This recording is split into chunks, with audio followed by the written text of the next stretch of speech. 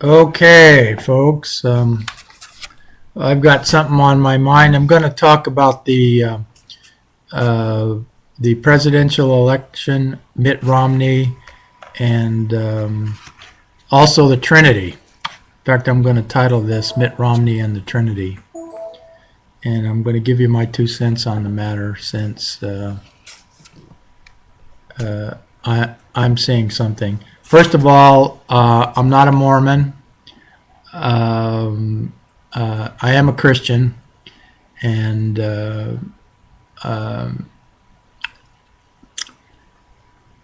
I think that there are probably a lot of Trinitarians that are concerned about Mitt Romney's Mormonism.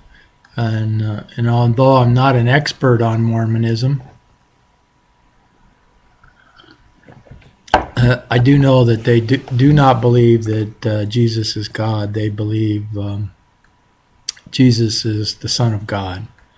And there are a lot of people that call themselves Christians that don't believe that Jesus is God. First of all, I want to say I don't think that the issue of the Trinity ought to be the deciding factor on whether you're going to vote for Mitt Romney or not. Admittedly, he doesn't believe in the Trinity, but the Mormon and the fact of the matter is, apparently Barack Obama does. Barack Obama was a member of the Trinity Lutheran Church in Chicago, and you can tell just from the name of it that they believe in the Trinity, with their minister, Reverend Jeremiah Wright, who claims to be a Christian minister. But even though Barack Obama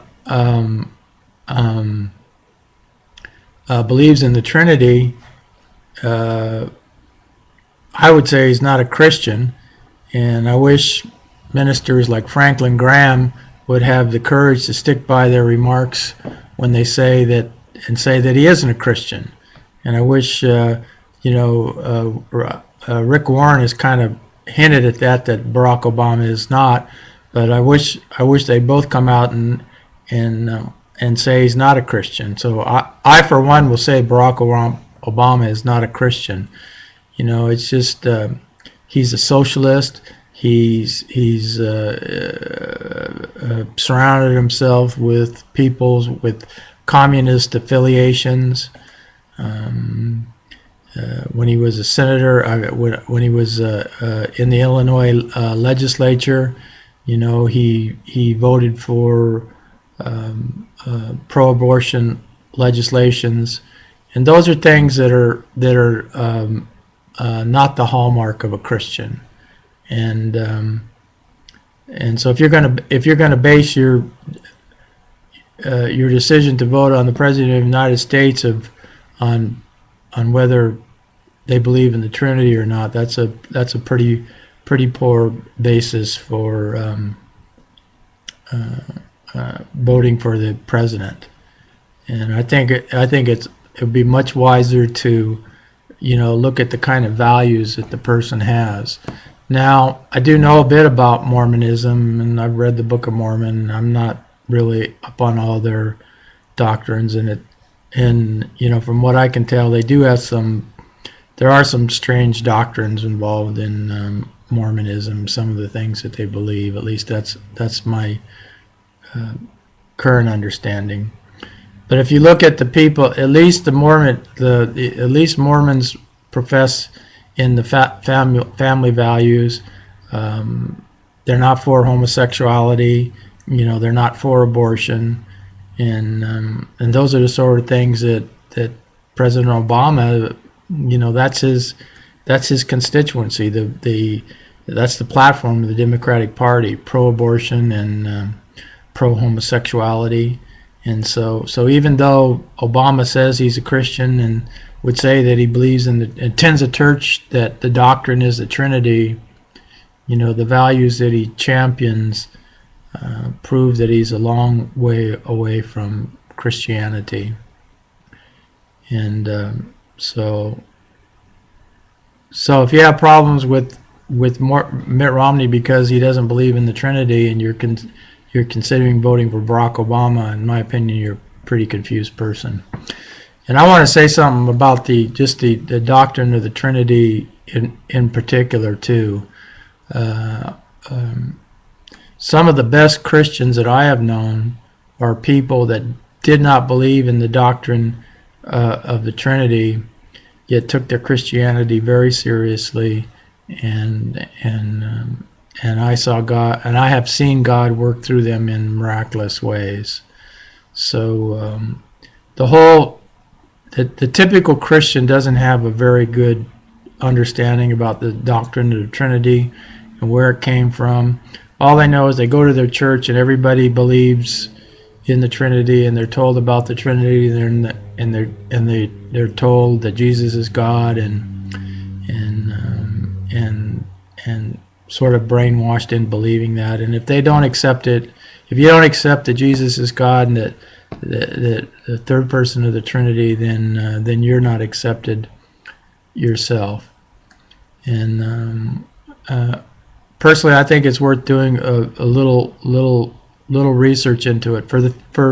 The doctrine of the Trinity was not the established doctrine of the Christian Church until the Council of Nicaea in 325. So there were almost 300 years since the time Christ was crucified before the Church formally accepted the doctrine of the Trinity. So you might want to look into that and say, why did it take them so long? And I know there's scriptures that purport to say that Jesus is God. The most important one of them being John 1:1, where I don't have it in front of me, but if you're a Trinitarian, you will know it. And I want to point something out that in fact, that's, if I can find my glasses, I'll do it. Well,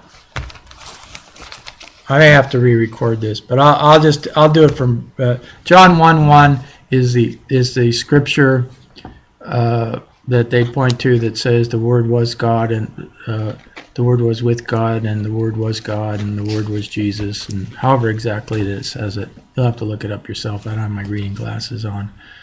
But one thing that I seldom, if ever, hear anybody talk about is elsewhere in the book of John, it says the purpose of the book of John is not to get you to believe that Jesus is God. The purpose of the book of John is to get you to believe that Jesus is the Son of God. That's important enough. Hold on, I'm gonna get my reading glasses, and I'm gonna actually read the scriptures to you, because I think it's I found my glasses here. Hold on. As you can see, I was definitely prepared. So let me this is a King James New Testament, and I just want to address the people that use the book of John to support the idea that Jesus is God. Okay, here it is. In the beginning was the Word, and the Word was with God, and the Word was God. He was in the beginning with God. All things were made through him, and without him nothing was made. All things were made through him, and without him nothing was made that was made. In him was life, and the life was the light of men, and the light shines in the darkness. Anyhow. In the beginning was the Word, and the Word was with God, and the Word was God. And that's the scripture that they purportedly use to prove that Jesus is God. And I want to point out a couple of things. This is a New Testament, King James New Testament, but if you're interested in the subject, I suggest you look at the New English translation of the same book of John, and it says something completely different. It doesn't say and the Word was God. It says and what the Word was, God was. So it depends upon the translation that you're looking at. But I think it's really wholly inappropriate to use the book of John to say that Jesus is God. Let me show you the reason why. Okay, this is from John chapter 20, verse 31. It's the same book of John. But these things are written that you may believe that Jesus is the Christ, the Son of God, and that believing you may have life in his name. So that is the purpose of the book of John. It doesn't say the purpose of the book of it doesn't say the purpose of the book of John is to get you to believe that Jesus is God. It doesn't say that. It says, but these are written that you may believe that Jesus is the Christ, the Son of God, and that believing you may have life in his name. And there's several other scriptures you ought to check into. If you look into the book of Acts, as a matter of fact, that's important too. If you look into the book of Acts,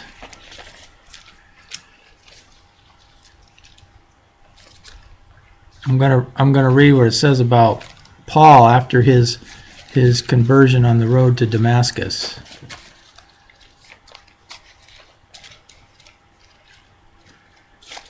Oh, if I can find it here.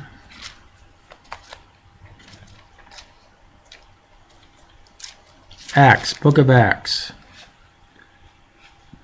Okay. And there are so many scriptures that say the same thing. If you research them carefully.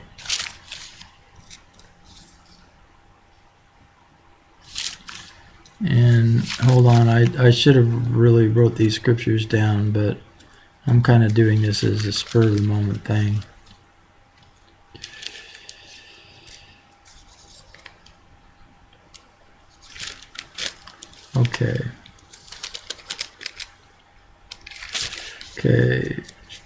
Okay, so this is right after Paul's conversion on the road to Damascus, where he loses his sight, and then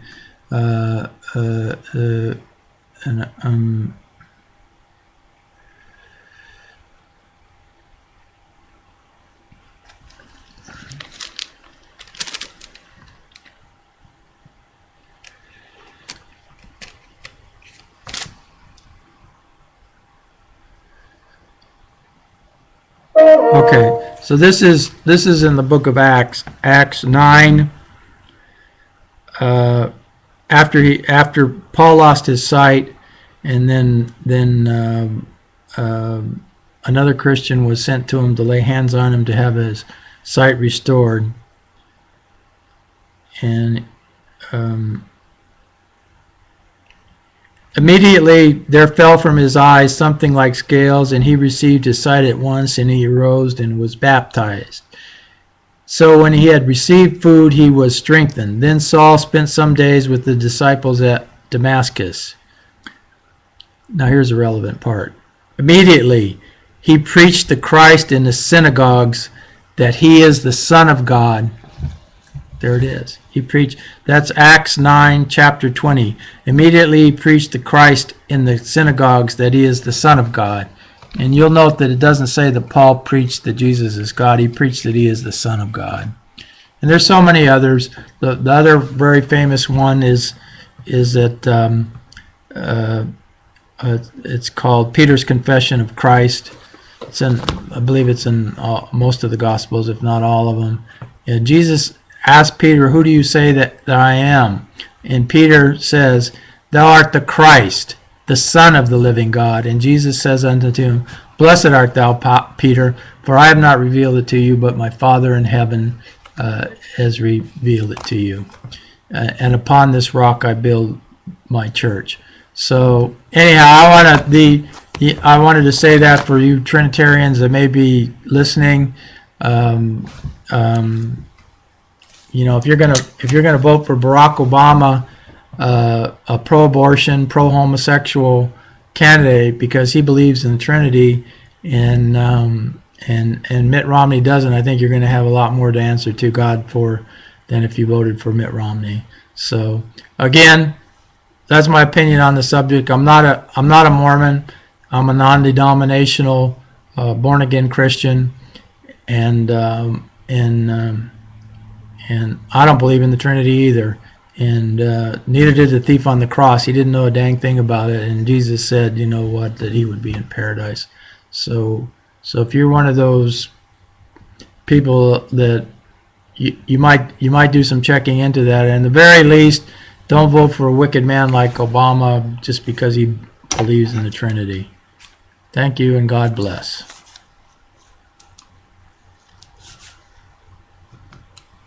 All I have to do is figure this how to turn this thing off. Okay.